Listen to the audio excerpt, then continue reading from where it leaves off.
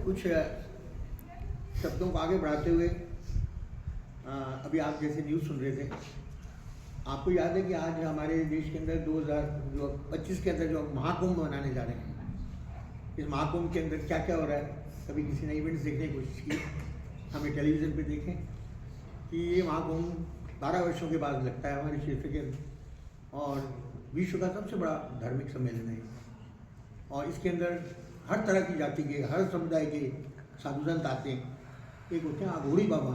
अघोरी बाबा के बारे में बता सकते? अघोरी बाबा वो हैं हमारे जो शमशानों में रहते हैं, वहीं उसकी पूजा अर्चना करते हैं और वहाँ का जो भक्षण है, जो भी उनको मिलता है मांस का जो भी है वो वहाँ भक्षण करते हैं।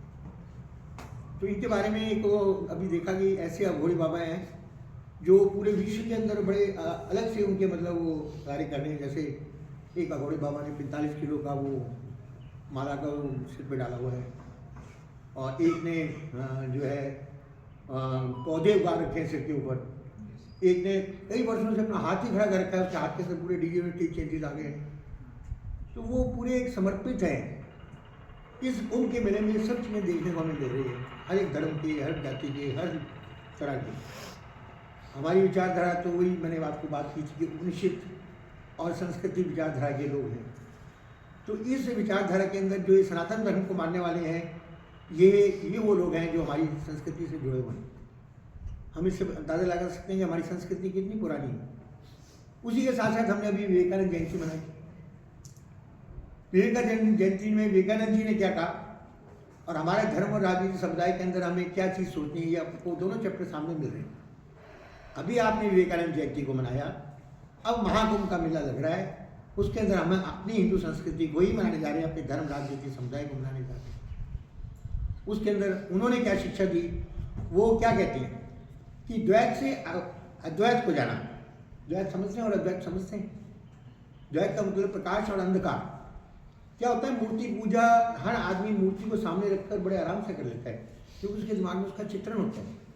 अद्वैत होता है उसका जिसका अंधकार के अंदर ओम शब्दों का उच्चारण करना, उससे जो ध्यान है वो कम लगता है। तो अद्वैत में जाने के लिए पहले जो है अंधकार में जाने से पहले हमें मूर्ति की सैगुण उपासना करनी पड़ती है, तब हम उस चित्रण की तरफ आकर जा पाते हैं कि हम उसको देख पाते हैं। तो विवेकानंद जी ने कहा था कि वेदांत का ध्यान होना बहुत जरूरी है। हमारे उपनिषदों के अंदर सब चीज़ें हैं। मनुष्य के अंदर वो बुद्धिमान कैसे बनेगा, तो उसके बारे में उन्होंने कुछ पॉइंट दिए थे कि उसको बुद्धिमान बनने के लिए क्या चाहिए, और यही हमारी वेदांत की शिक्षा है और यही हमारी दीक्षा है। तो आपके सामने दोनों धर्म आ चुके। हमारा हिंदू संस्कृति का एक जो उसके सुधारक हैं जो विवेकानंद स्वामी जी थे, उन्होंने इसमें क्या पाया और हम अपनी संस्कृति को किस ढंग से बना रहे हैं। हमारे बीच में अघोरी बाबा भी हैं, सब तरह के लोग हैं, हम उसमें भगवान की जो स्तुति कर रहे हैं वो किस ढंग से कर रहे हैं, और विवेकानंद जी का क्या कहना था। तो विवेकानंद जी ने कुछ पॉइंट जो हमारे कल रह गए थे, हमने अपने उनकी जीवनी के बारे में हमने सब कुछ देख लिया था। तो विवेकानंद जी ने कहा था बुद्धिमान कैसे बने, तो जो बुद्धिमान है उसके अंदर क्या गुण होने चाहिए। तो उन्होंने सबसे पहले कहा था कि बुद्धिमान के अंदर उसके अंदर कुछ नया करने की सीख होनी चाहिए। जब उसके मन में ये लालसा होगी कि उसको कुछ करना है और एक बार असफल होने के बाद वो कभी गिरेगा नहीं, वो दोबारा वो शून्य से नहीं दोबारा उसी की प्रयास करेगा तो वो हमेशा सफल होगा। तो अगर असफलता मिलती है तो उसके लिए फिर प्रयास करना चाहिए ताकि उसको सफलता उसको प्राप्त कर सके। समय का सही उपयोग करें। समय का आप कितना सही उपयोग करते हैं। अगर आप बात को टालते रहेंगे, आगे करते रहेंगे, तो वो आप उसके जो अचीव है गोल तक नहीं पहुंचाओगे। सबसे बड़ी बात है कि जो बुद्धिमान व्यक्ति होगा वो अकेला रहेगा। क्यों रहेगा अकेला, कि वो मनन करेगा अपने अंदर कि मैंने क्या किया, मुझे क्या करना चाहिए और मेरे में क्या सुधार होना चाहिए। क्योंकि जब हम भीड़ के अंदर होते हैं या बहुत ज़्यादा भीड़ हमारे अंदर होती है तो हमेशा नकारात्मक सोच डेवलप होती है। जब हम अकेले मनन करते हैं तो हमारे अंदर सकारात्मक सोच आती है। आप स्वतः अपने मनन करिए, उसके बाद फिर आप भीड़ के अंदर उस बात को पुटअप करिए।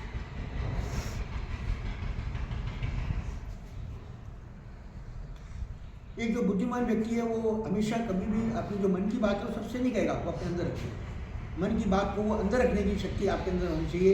बुद्धिमान का ये भी सबसे बड़ा लक्षण है जो विवेकानंद जी ने कहा। और एक जो उनका लक्ष्य है वो निर्धारित समय में होना चाहिए कि बुद्धिमान को जो अपना लक्ष्य है वो जो सोच ले कि मेरे को पास होना है और इस पीरियड के अंदर होना है, तो वो उसके अंदर ये उसके अंदर शक्ति होनी चाहिए, उसके अंदर मन शक्ति में आना चाहिए और तनाव से, क्रोध से दूर रहकर उसे हर काम करना चाहिए, उसमें तनाव की भावना नहीं होनी चाहिए।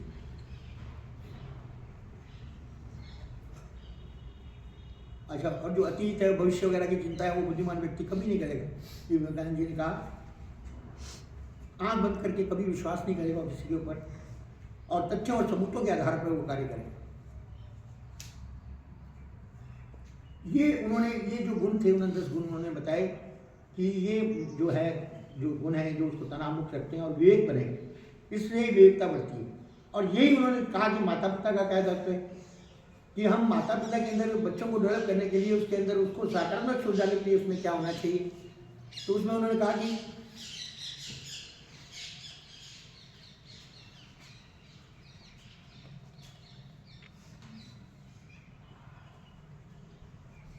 कि बच्चों को माता पिता के, उन्होंने 5 महीने में, अब ज़्यादा लंबा में नहीं करूँगा आपका, उन्होंने कहा एक तो बच्चों के अंदर उनको, बच्चों के हमेशा उनको ध्यान देना चाहिए कि वो बच्चा क्या पढ़ रहा है, उस बच्चे के अंदर उसकी सब्जेक्ट की नॉलेज कितनी है। फिर उनको बच्चों के साथ मैक्सिमम टाइम देना चाहिए। फिर बच्चों की प्रॉब्लम्स क्या हैं, वो जो जा रहा है उसकी प्रॉब्लम को सॉल्व करके खुद सॉल्व करने की कोशिश करनी चाहिए। और बच्चों को हमेशा संगीत में, एक्स्ट्रा एक्टिविटीज़ के अंदर बच्चों को निखारना चाहिए। उन्हीं बच्चों के अंदर जो है डेवलपमेंट बड़ी फास्ट होती है। तो विवेकानंद जी ने ये 2 पॉइंट बताए। आगे उन्होंने फिर आगे किया है, जो हम कल अगले में बैठेंगे तो उसको डिस्कस करेंगे। इस ढंग से विवेकानंद जी एक बहुत बड़ी किताब है जो हमारी संस्कृति के बारे में जिन्होंने पूरी व्याख्या की है, और मैं चाहूँगा कि इसके बारे में भी आप लोगों को नॉलेज होना चाहिए। अभी आपके सामने कुंभ का मेला चल रहा है, दोनों को कंपेरिजन करिए कि हमारे हिंदू धर्म में वो क्या कह रहे हैं और हमारे जो सुधारक रहे उन्होंने क्या। अभी आपने जियोग्राफी पढ़ी, जियोग्राफी के अंदर मैं थोड़ा सा क्वेश्चन पढ़ाऊंगा। जियोग्राफी में आपने द्वीप पढ़े, महाद्वीप पढ़े, सब कुछ पढ़े, उससे रिलेटेड क्वेश्चन कर रहा हूँ कि हमारे जियोग्राफी के अंदर सबसे गहरा समुद्र कौन सा है, बता सकते हैं? और समुद्र के नीचे की तह क्या क्या है? जियोग्राफी के अंदर अभी आया होगा, आपका भौगोलिक दृष्टि से सारा का सारा पूरा आपको बताया होगा। इन्होंने कालिराम जी क्लासेस ली। तो मैं आपसे ये चाहूँगा कि समुद्र तल की गहराई कितनी है, उसके अंदर क्या क्या उसके अंदर चीज़ें हैं जो आज उपलब्ध हैं, और सबसे गहरा समुद्र कौन सा है, समुद्र की सबसे तल गहराई के अंदर क्या है। ये हम जो नेक्स्ट अपना हमारा जो क्विज प्रोग्राम होगा उसके अंदर इन सब्जेक्ट में से भी आपसे क्वेश्चन पूछे जाएंगे। अघोरी बाबा क्या है, हमारी संस्कृति में जो कुंभ का मेला लग रहा है इसमें क्या है, और विवेकानंद जी ने उसको किस पहलू से देखा, सब रिलेटेड क्वेश्चन है। इस स्थल के ऊपर आप सबका एक इंटरलिंक करते जा रहे हैं। आपके सामने हिस्ट्री आ गई, हिस्ट्री के अंदर मुगल शासन आ गए, धर्मगुरु आ गए, धर्मगुरु के बाद ये आपकी संस्कृति आ गई। इस संस्कृति में आप किस आईने से देख रहे हैं, और विवेकानंद जी ने उसके लिए क्या दिया जो हमने अब जयंती में भी बनाया। इन सब का सामंजस्य बिठाइए, और ये जो चैनल चल रहा है अपना महाकुंभ का, इसको ध्यान से देखिए।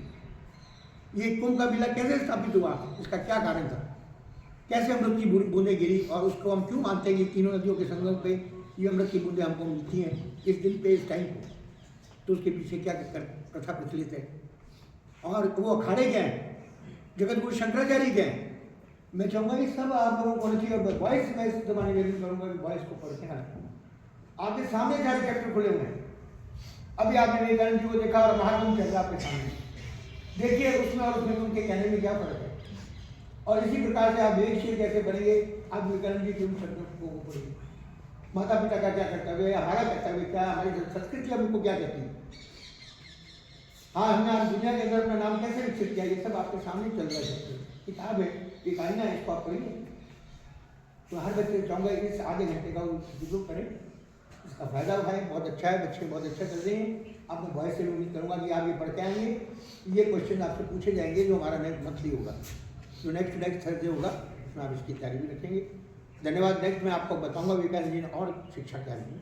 अभी मैंने आपको बताया बुद्धिमान कैसे बनेंगे, आगे मैं बताऊँगा डिटरमिन पावर क्या होती है, उसको कैसे डेवलप किया जाएगा, माँ बाप के क्या कर्तव्य हैं वो मैं बताऊँगा। धन्यवाद।